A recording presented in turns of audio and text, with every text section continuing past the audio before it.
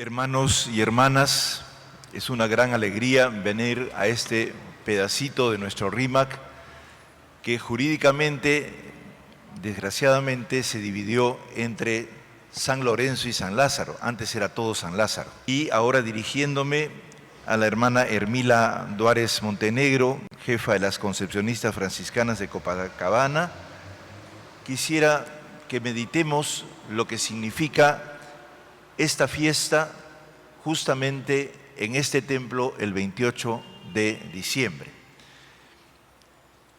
Lo que hemos leído al inicio de la misa es un acontecimiento que tiene una explicación, pero también tiene un misterio, como lo que hoy día nos narra la Biblia. Hay una explicación y a la vez un misterio. Hay la desobediencia y hay también el misterio de cómo esa desobediencia del pecado se puede superar gracias a otra persona que realiza justamente algo distinto del pecado. El Señor nos promete que habrá una mujer, que la conocemos, es María, que justamente obedece al Señor y obedece no en forma obsecuente, no sin preguntar. Justamente el problema más importante del pecado es que la mujer y el varón se apresuraron, no pensaron, no reflexionaron. En el fondo, la causa del pecado está en el apresuramiento del ser humano que no reflexiona sobre lo que tiene que hacer. En el jardín del Edén había un árbol que estaba en el centro, el árbol de la vida. Y los demás árboles eran deleitosos para la vista y buenos para comer. Y el Señor no les dijo, les prohíbo que se deleiten. No dijo eso. Dije, de todos los árboles del jardín pueden comer y gozar, pero del árbol de la ciencia del bien y del mal no comerán porque morirán sin remedio. ¿Qué comieron? El árbol de la ciencia del bien y del mal, no el árbol del centro del jardín, que es el árbol de la vida. No comieron de ese. Se comieron el razonamiento, como ustedes a veces se comen cuando escriben las cosas, los puntos y las comas y los acentos. ¿No es cierto? Y podemos perder un juicio si nos comemos las comas, ¿no? y los puntos y los acentos. ¿No es cierto? Porque es muy peligroso comerse la reflexión. Porque uno se apresura y se aloca, se fascina y finalmente muere. Muere de ebriedad, de haberse fascinado excesivamente con algo. Todo es para gozar, pero todo es para gozar para la vida, no para la muerte. Y para eso todos tenemos que ver cómo hacemos para que cuando queremos gozar, eso lleve a la vida y no a la muerte. Es muy sencillo. ¿Qué hace María cuando viene el ángel? El ángel le da un proyecto, le dice, la saluda. María no rechaza, no duda, como es el caso de Zacarías. María profundiza. ¿Qué tipo de saludo es este? ¿Cómo será eso si no conozco varón? Y al final, cuando le da la respuesta, el Espíritu Santo vendrá sobre ti, una respuesta razonable, misteriosa y profunda, María la acepta. Estoy dispuesta a vivir el proyecto de Dios en mi pueblo, acogiendo a Jesús en mi seno. He aquí la esclava del Señor, hágase en mí según tu palabra. Por eso María es la que salva a la humanidad, inclusive digamos para justamente hacer que Jesús sea el Salvador. Son algo así como dos grandes compañeros, ¿no es cierto? La madre que lo genera porque no tiene pecado y el Hijo de Dios que nunca tuvo pecado y que entonces obedece siempre la voluntad del Padre. Y cuando obedece la voluntad del Padre, Él muere por amor, pero no muere porque ha desobedecido. Esa es la novedad.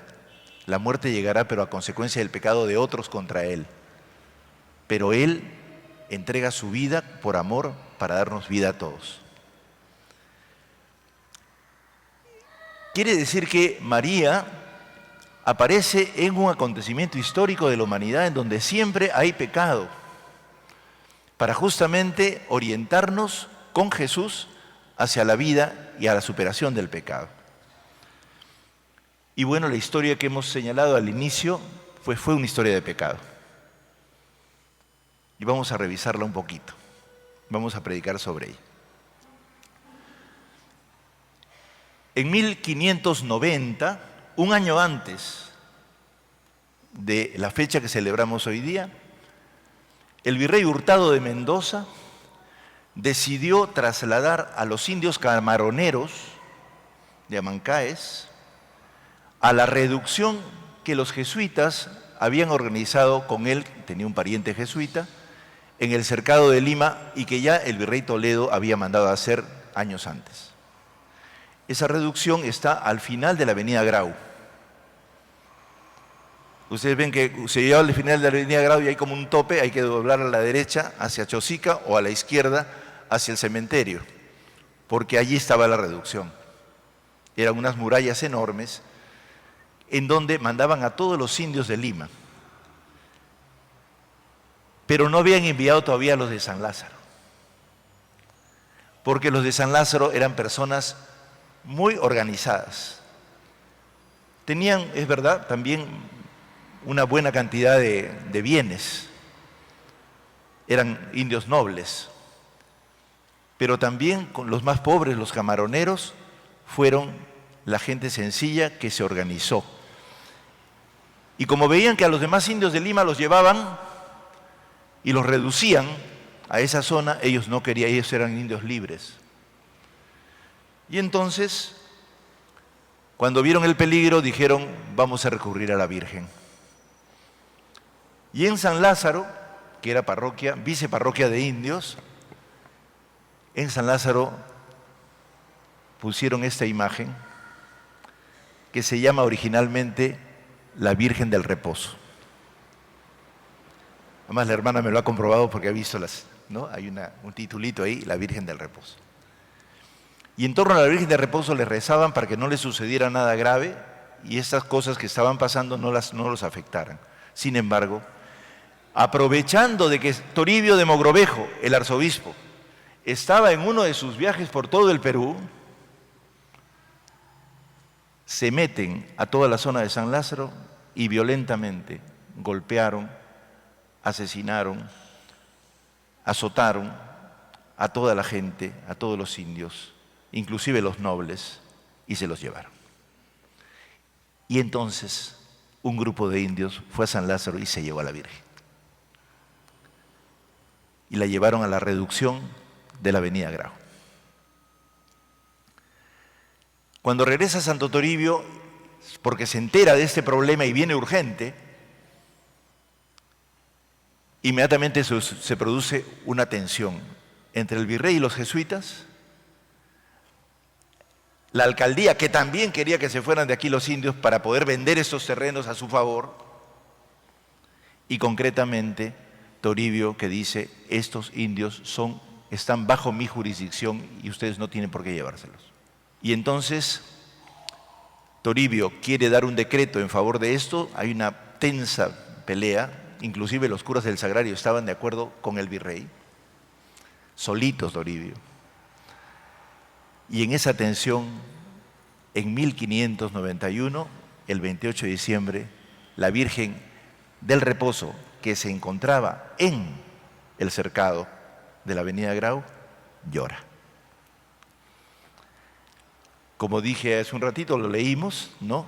La gente empieza, y eso es una costumbre de aquí, del RIMAC, agarró algodoncitos y empezó, ¿no?, a usar los algodoncitos para curarse de las cosas, y ocurrieron muchos milagros. Y entonces Toribio, para poder convertir a la Virgen en una fuente inagotable de independencia de los indios respecto a los dominadores, le cambió de nombre y le puso Virgen de Copacabana y se la llevó a la Catedral de Lima. ¿Y con eso qué quiso decir? La Virgen, bajo la autoridad del arzobispo que ha cambiado el nombre, en adelante tiene sus fieles, que son los indios, y los dejan libres, y que vuelvan a San Lázaro.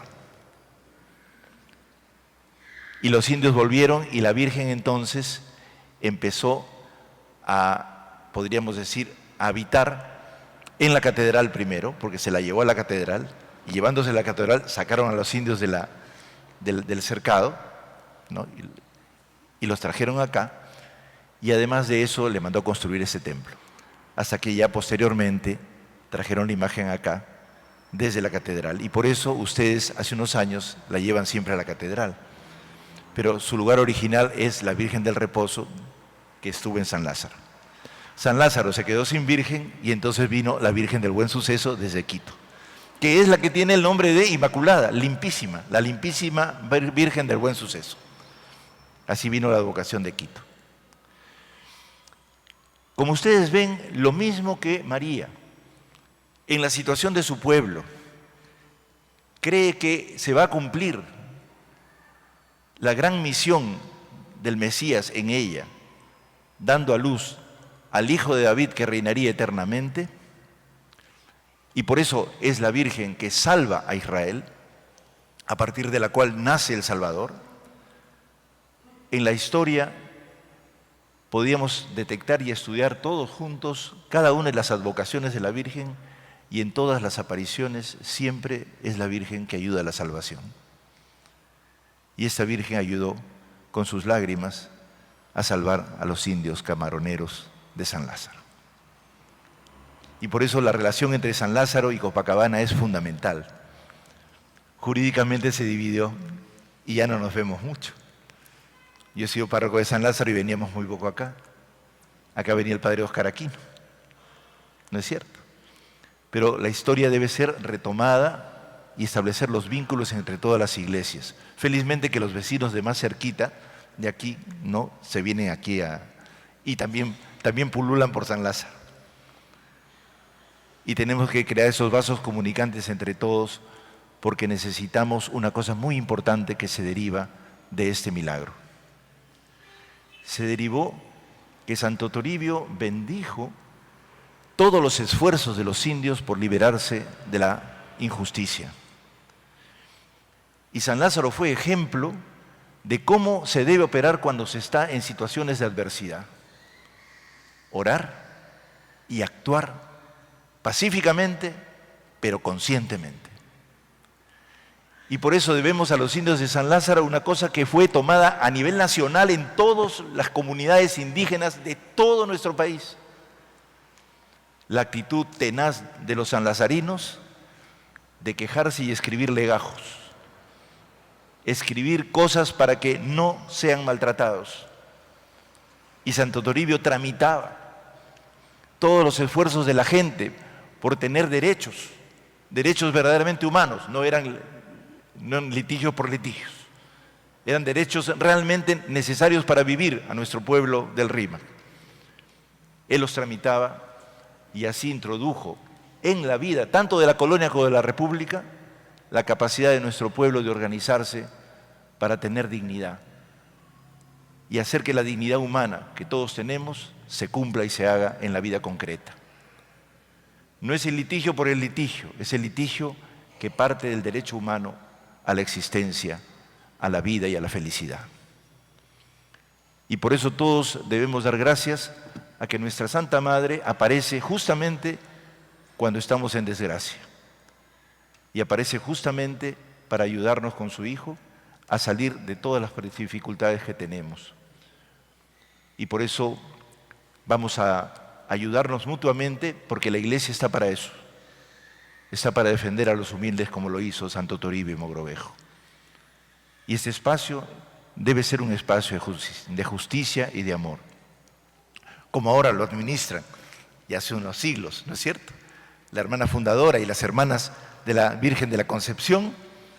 No hay mayor limpieza que la justicia. No hay mayor limpieza que la del amor. Una vez le preguntaron al Papa Benedicto, un jovencito, en una de esas grandes reuniones que había con los jóvenes cuando visitaban, hasta ahora las hay, cuando el Papa visita, ¿no?, en diversas partes. Los jóvenes estamos preocupados por la pureza. Le dijeron al Papa Benedicto, por la pureza, la limpísima, ¿no es cierto?, la inmaculada. Entonces volteó y le dijo, ¿estás preocupado por la pureza? Muy bien, hijito, ama.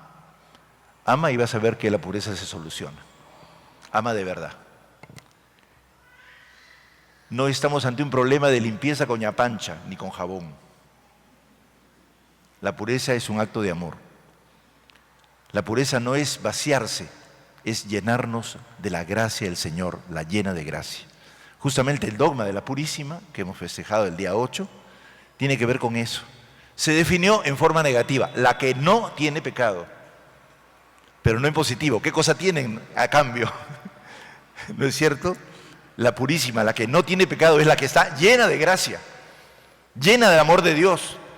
Y de eso tenemos que preocuparnos, de estar llenos del amor de Dios para tener una fuerza inagotable que nos permita transformar las cosas más difíciles y aprender como cristianos a ser cristianos conscientes y responsables, para que no dejemos que los problemas se vayan por ahí por el río sin solución. Más bien el Señor nos invita a una vida consciente y responsable, a un cristianismo inteligente como el de María, que reflexiona y que piensa.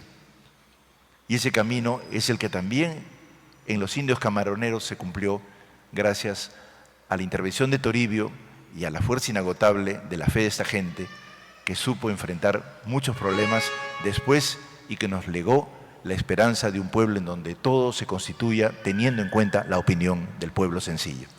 Que Dios los bendiga y que los haga también ese pueblo sencillo junto con San Lázaro y podamos rehacer lindo nuestro RIMAC, porque tenemos que reparar. Tenemos demasiadas heridas y tenemos que hacerlo todos juntos con la diócesis de Lima. Dios bendiga a Santo Toribio, Dios bendiga a la Virgen Santísima que hoy día celebramos con amor. Y que esta Virgen nos haga a todos también derramar lágrimas para tener sensibilidad humana por los problemas de la gente. Bendiciones para todos y vamos a dar unos vivas a la Santa Madre que celebramos hoy día. 3 hurras por nuestra Virgen y hip, y hip, y hip.